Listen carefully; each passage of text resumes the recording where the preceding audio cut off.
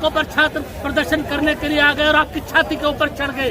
बच्चों के भविष्य से, परीक्षार्थियों के भविष्य से खिलवाड़ करने का अधिकार किसी भी सरकार को नहीं है। सरकार है दोषी है, ये सिस्टम दोषी है, ये शासनिक प्रशासनिक व्यवस्था दोषी। अब मोदी जी को भी याद आ गई कि पेपर के ऊपर, और योगी जी को भी याद आ गई उस टाइम पे। बच्चों को पढ़ने के, परीक्षा के पर्चे लीक हो रहे, क्या रहा है। भविष्य अंधेरे में राजनीति का ये उदाहरण है, जहाँ 400 पार का नारा लगा रहे थे, 240 पे सिमट गए। वो उनके परिवारों का 5-5 करोड़ रुपए देने का एक प्रबंध। इतने करोड़ों बच्चों का भविष्य आपने अंधेरे में डाल दिया। पिछले 7 सालों में 70 पेपर लीक हुए। शायद मैंने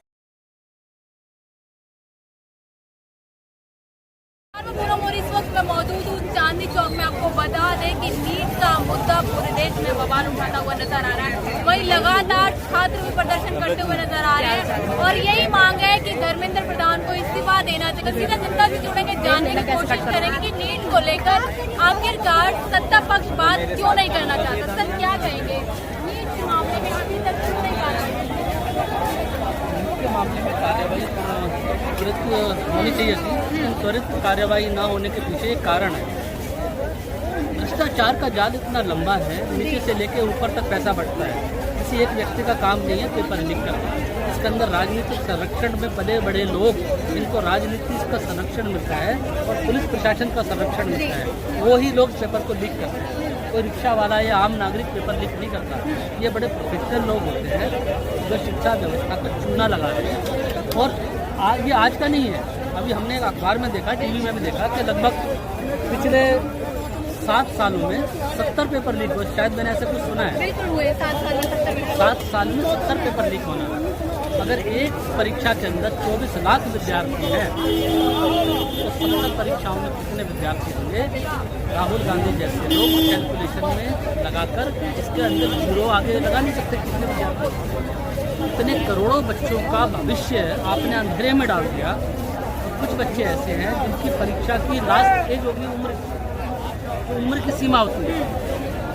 उन बच्चों के भविष्य से आपने खिलवाड़ किया, उनके परिवार के सपने तोड़ दिए। किसान परिवार का बच्चा अगर किसी परीक्षा की तैयारी करता है, ऐसे भी श्रमिक हैं हमारे, ऐसे कृषक हैं जो कृषि, जो भूमिहीन कहलाते हैं, जिनके पास भूमि नहीं है।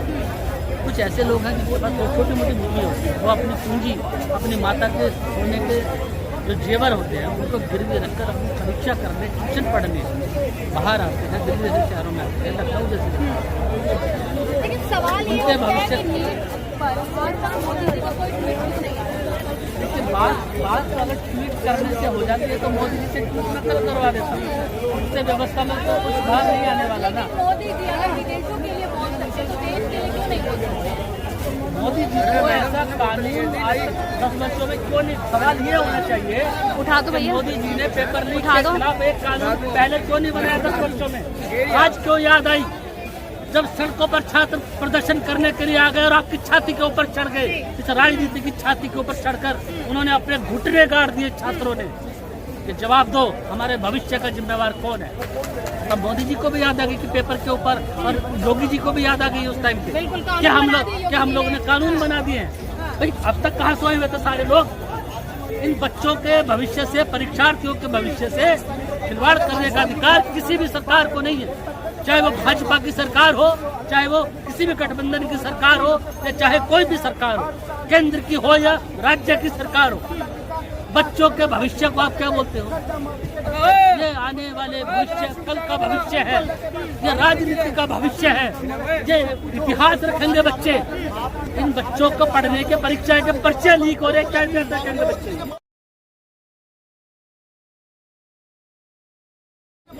ये कल को चोर बनेंगे, ये कल को जेब काटेंगे, क्योंकि इनके शिक्षा का अधिकार का आपने छीन लिया है, डाका डाल लिया है, भ्रष्टाचार कर लिया है। तो ये सरकार दोषी है, ये सिस्टम दोषी है, ये शासनिक प्रशासनिक व्यवस्था दोषी है। अभी भी समय है।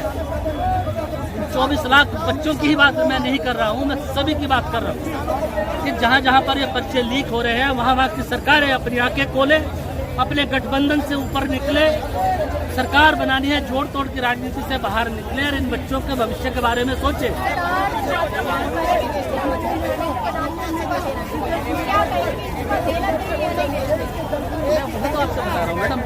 देना कोई सोल्यूशन नहीं है। इस्तीफा देने से अगर ये परीक्षाओं का जो आने वाला कल है या जो अभी वर्तमान में है, ये मामला हमारा निपट जाता है, तब तो मैं इस्तीफा बोलता हूँ कल ही दे दो, लेकिन ये हल नहीं है। इस्तीफा देना हल नहीं है। इस्तीफा नैतिकता के आधार पर उनको तब देना चाहिए था जब ये कानून नहीं बनाने की बात कही थी, उससे पहले इस्तीफा देते कि हाँ, क्योंकि देखो धर्मेंद्र प्रधान जी देश के प्रधानमंत्री, देश के शिक्षा मंत्री हैं, देश के राज्य सरकारों के जो शिक्षा मंत्री हैं उनसे बैठकर पहले उनके इस्तीफे लें, उसके बाद नैतिकता के आधार पर धर्मेंद्र प्रधान जी अपना इस्तीफा देंगे, तब आएगा कि हाँ शिक्षा में परिवर्तन हो रहा है। अच्छा, दोषी कौन माना जाएगा, एनडीए या सरकार या और कोई? देखिए, दोषी एनडीए या एनटी, अच्छा सॉरी, दोषी वो लोग हैं जो राजनीतिक संरक्षण इन भ्रष्टाचारियों को दे रहे हैं जो पेपर लीक करते हैं। पेपर लीक नहीं होगा तो एनटीए वैसी परीक्षा कराएगा जैसे आज तक होती है। और भी तो परीक्षा हुई है जहाँ पर परीक्षा पेपर लीक नहीं हुए, उनमें तो हम दोष एनटीए को नहीं दे सकते ना। कुछ वर्षों में हुई है, कुछ वर्षों में नहीं हुई है। आज के समय पे जरूरत इस बात की है कि राजनीति से ऊपर होकर बच्चों के भविष्य के बारे में सोची जाए। और आप चूँकि आपके पास पावर है, कानून बनाने की पावर है, तो ऐसा कानून बनाओ कि भ्रष्टाचारी किसी भी पार्टी का हो, किसी का भी संरक्षण में पल पड़ा रहा हो, उसकी संपत्ति कुर्क की जाए, बुलडोजर चलाया जाए, आजीवन उसको कारावास हो, और 1 करोड़ 2 करोड़ से नहीं होगा मैडम। ये घोटाले होते हैं 500, 800, 1000 करोड़ के। आप 1 करोड़ का जुर्माना लगाओगे, वो तो 1000 करोड़ कमा के बैठा, उसे क्या फर्क पड़ रहा है? 6 महीने की जेल काटेगा, कोई फांसी के सजा का प्रावधान तो है नहीं इसके अंदर।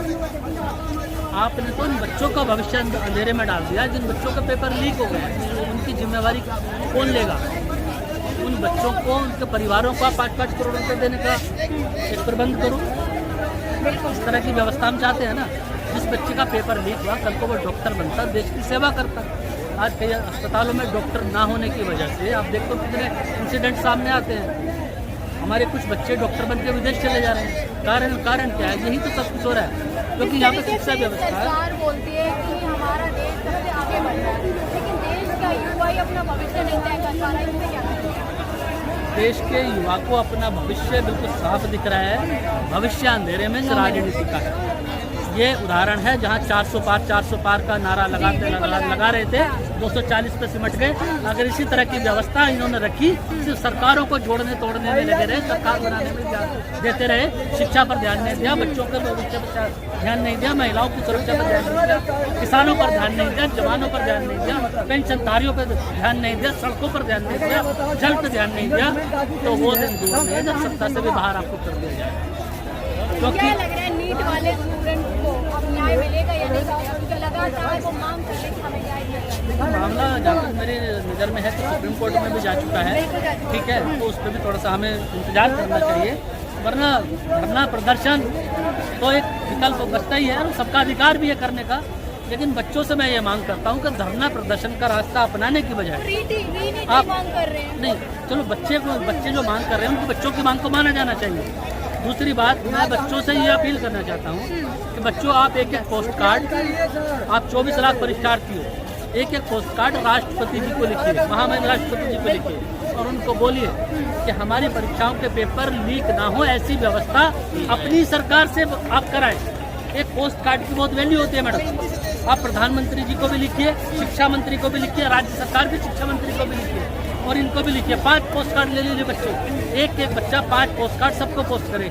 एक अपने राज्य के मुख्यमंत्री को, एक शिक्षा मंत्री को, एक प्रधानमंत्री को, एक देश के शिक्षा मंत्री को, एक देश के राष्ट्रपति महोदय जी को। चलिए देखिए, यहाँ पे हम नीट के मामले पे बातचीत करने आए थे, सीधा जनता से जुड़े थे, जानने की कोशिश की थी कि जिस तरीके से नीट का मुद्दा संसद में जब राहुल गांधी नीट पर बातचीत करते हैं तो उनके माइक को भी म्यूट कर दिया जाता है और इस मुद्दे पर कोई बातचीत नहीं है। लेकिन देखना यह है क्या पक्ष और विपक्ष नीट के मुद्दे पर कहां तक बातचीत करें, क्योंकि लगातार छात्र ये मांग करें कि रीनीट होना चाहिए। लेकिन देखना ये 7 सालों में 70 पेपर लीक हो गए, पेपर लीक अब रोकथाम हो पाएगी या नहीं हो पाएगी, मैं